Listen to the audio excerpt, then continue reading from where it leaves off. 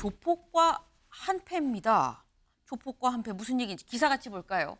한 명이 하루 1,860만 원어치 새벽에도 돈만 내면 프로포폴을 줬다고 합니다. 이게 무슨 얘기인지 직접 보시죠.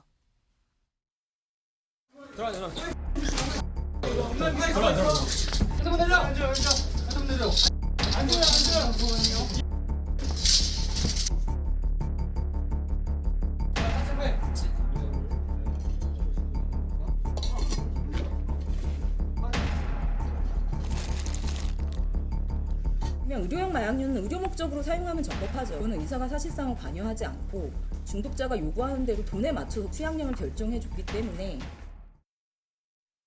네, 지금 중독자가 원하는 대로 돈만 내면 돈에 맞춰서 투약량을 주더라라고 얘기를 합니다. 심지어 검찰이 이렇게 급습을 했는데 가서 보니까 계속 맞고 있는 사람들도 막 있었어요. 네. 지금 보면 지금 들어가는 모습이죠. 근데 안에 지금 누가 막 맞고 있습니다, 지금. 그러니까 저렇게 대놓고 지금 이른바 영업을 했다라는 건데 이게 조현선 변호사님. 사실 뭐 요즘에 돈 내면 뭐 웬만한 건 다 되긴 되는데 근데 돈 낸다고 뭐 물건 다 주는 게 그게 마약이면 안 되는 거 아닙니까?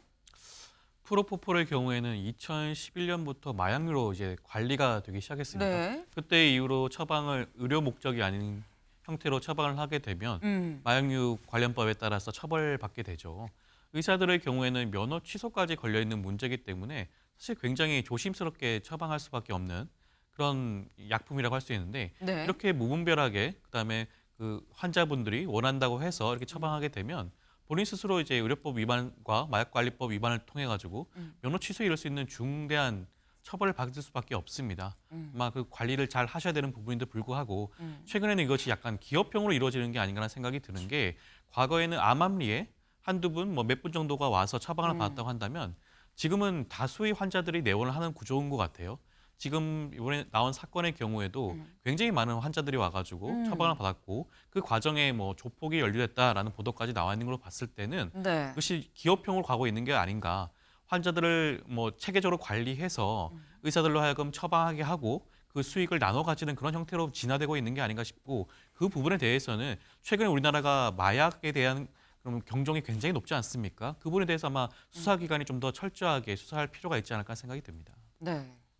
이게 지금 이렇게나 무분별하게 심지어 기업형으로 가는 게 맞느냐라는 말씀을 하셨어요.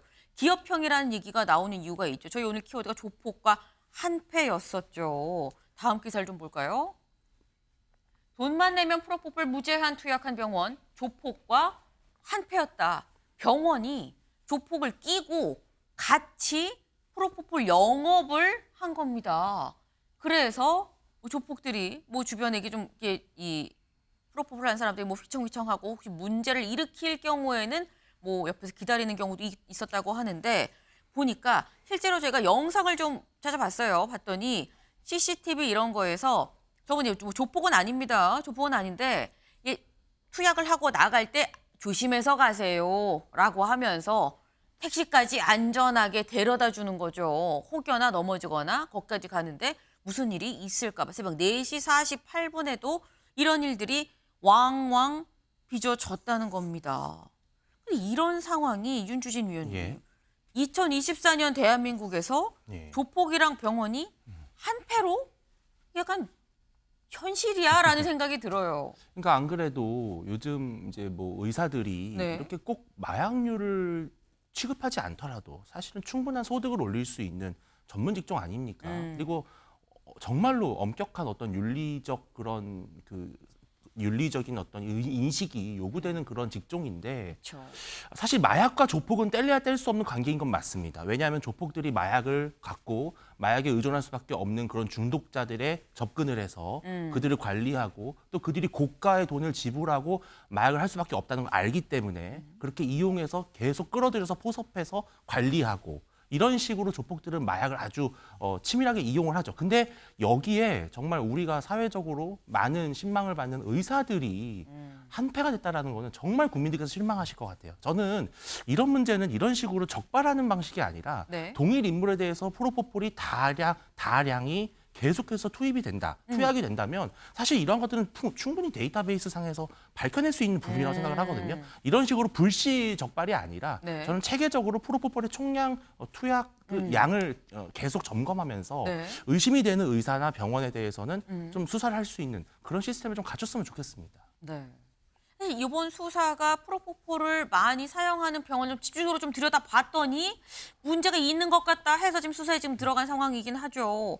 근데 지금 말씀처럼 이게 이렇게나 조폭들까지 끼고 의사가 우리가 생각하는 의사로서의 어떤 사명감도 있고 한데 의사와 조폭이 같이 한 팀으로 이런 이른바 영업 아닌 영업을 뛰는 게 맞느냐라는 겁니다. 마지막 기사 하나만 더 볼까요? 네. 조폭 끼고 프로포폴 중독자 관리 6,500원짜리 150배 폭리입니다. 사실 뭐 이 부분은 뭐 6,500원짜리인데 뭐 폭리를 취했다 이건 마약은 희소성이기 때문에 가격이 뭐 얼마 되지 않는데 많이 받아서 이건 사실 뭐 포인트라기보다는 이 부분이 더 중요한 부분 아닌가 싶어요. 중독자를 관리했다는 거죠. 마약 중독자를 관리를 하는 의사 그리고 함께하는 조폭 이게 2024년 대한민국에서 있을 수 있는 일이냐라는 생각을 다시 한번 하게 됩니다.